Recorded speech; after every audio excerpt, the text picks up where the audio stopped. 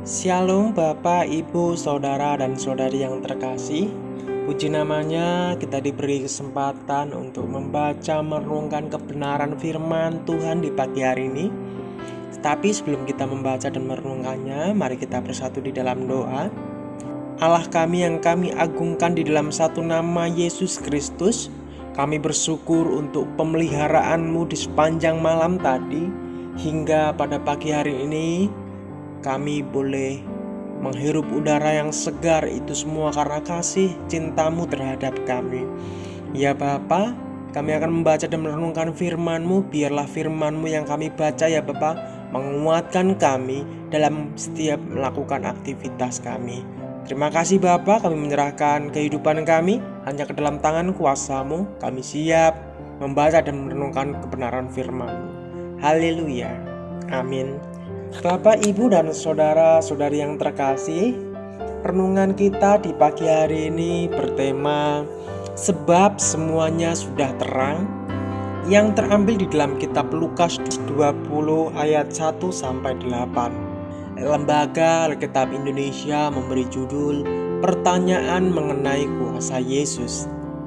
Pada suatu hari ketika Yesus mengajar orang banyak di bait Allah dan memberitakan Injil, datanglah imam-imam kepala dan ahli-ahli Taurat serta tua-tua ke situ. Dan mereka berkata kepada Yesus, "Katakanlah kepada kami, dengan kuasa manakah engkau melakukan hal-hal itu? Dan siapa yang memberikan kuasa itu kepadamu?" Jawab Yesus kepada mereka, "Aku juga akan mengajukan suatu pertanyaan kepada kamu. Katakanlah kepadaku, baptisan Yohanes itu dari surga atau dari manusia?" Mereka mempertimbangkannya di antara mereka dan berkata, "Jikalau kita katakan dari surga, ia akan berkata, 'Mengapakah kamu tidak percaya kepadanya?' Tetapi jikalau kita katakan dari manusia, seluruh rakyat akan melempari kita dengan batu, sebab mereka yakin bahwa Yohanes adalah seorang nabi." Lalu mereka menjawab bahwa mereka tidak tahu dari mana baptisan itu.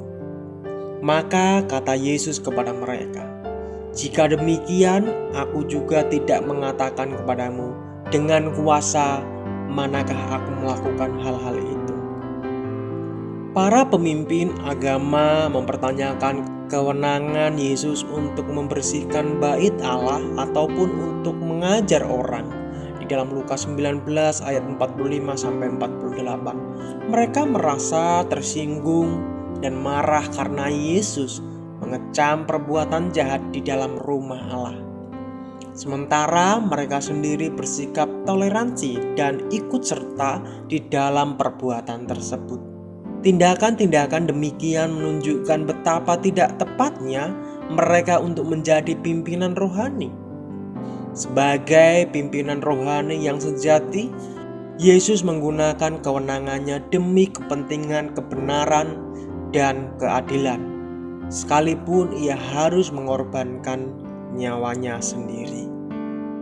Pembersihan bait Allah menjadi tindakan besar pertama pelayanan Yesus di muka umum di dalam Yohanes 2 ayat 13-22. Dan tindakan besar terakhir pelayanannya di muka umum di dalam Matius 21 ayat 12-17 dan juga di dalam Markus 11 ayat 15-17. Dalam kemarahan yang menyala-nyala, ia mengusir dari rumah Allah orang fasik, orang tamak, dan mereka yang merusak tujuan rohani yang benar dari bait suci.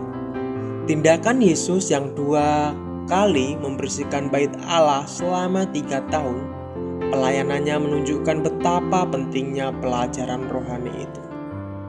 Yang pertama, Kristus sangat menginginkan kekudusan dan ketulusan yang saleh di dalam gerejanya. Dalam Yohanes 17 ayat 17-19, ia mati menguduskannya, menyucikannya, dan menempatkan jemaat kudus dan tidak bercela di dalam Efesus 5 ayat 25-27. Dan yang kedua, ibadah di dalam gereja haruslah dalam roh dan kebenaran. Di dalam Yohanes 4 ayat 24. Gereja harus menjadi suatu tempat doa dan persekutuan dengan Allah. Dalam Matius 21 ayat 13. Dan yang ketiga, akan menghukum semua orang yang menggunakan gereja, Injil atau kerajaannya demi keuntungan, kemuliaan atau kemajuan diri pribadi. Yang keempat, kasih yang tulus bagi Allah dan bagi tujuan penebusannya akan menghasilkan semangat yang menyala-nyala bagi kebenaran rumah Allah dan kerajaannya di dalam Yohanes 2 ayat yang ke-17. Keserupaan yang sejati dengan Kristus meliputi sikap tidak bertoleransi terhadap yang tidak benar di dalam gereja. Dalam Wahyu 2 ayat 1-3 dan 22. Dan yang kelima, penting bagi semua pelayan Kristen yang benar untuk menentang mereka yang mencemarkan dan merendahkan kerajaan Allah di dalam 1 Korintus 6 ayat 9-11, dan juga di dalam Galatia 1 ayat 6-10, dan juga di dalam Wahyu 2 ayat 1-3 dan ayat yang ke-22. Kita bisa memilih salah satu, yakni mengizinkan Kristus masuk ke dalam jemaat-jemaat untuk membersihkannya dari kebohongan, kemesuman, keduniawian, dan kenajisan di dalam Wahyu 2 ayat 1-3 dan ayat yang ke-22, atau pada kedatangannya yang kedua kali dengan hukuman ilahi ia akan membersihkan gerejanya secara tuntas di dalam Maleakhi 3 ayat yang kedua. Itu jugalah yang dikatakan Yesus. Intinya mereka tidak mau mempercayai kebenaran yang dinyatakan Yohanes Pembaptis. Artinya mereka tidak mengakui bahwa Allah lah yang mengutusnya ketika mereka tidak mempercayai kebenaran baptisan Yohanes. Mereka juga tidak mungkin mempercayai Yesus orang Nazaret. Oleh karena itu, Yesus tidak menyatakan dengan terus terang, sebab semuanya sudah terang. Amin. Mari kita bersatu di dalam doa. Terima kasih ya Bapa untuk kebenaran firman-Mu yang kami boleh baca dan kami renungkan bersama-sama.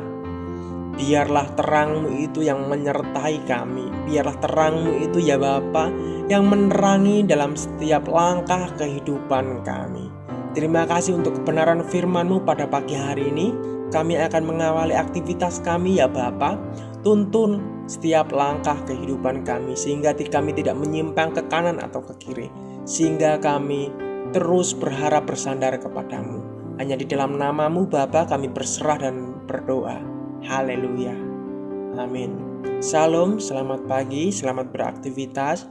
Tuhan Yesus memberkati kita semua.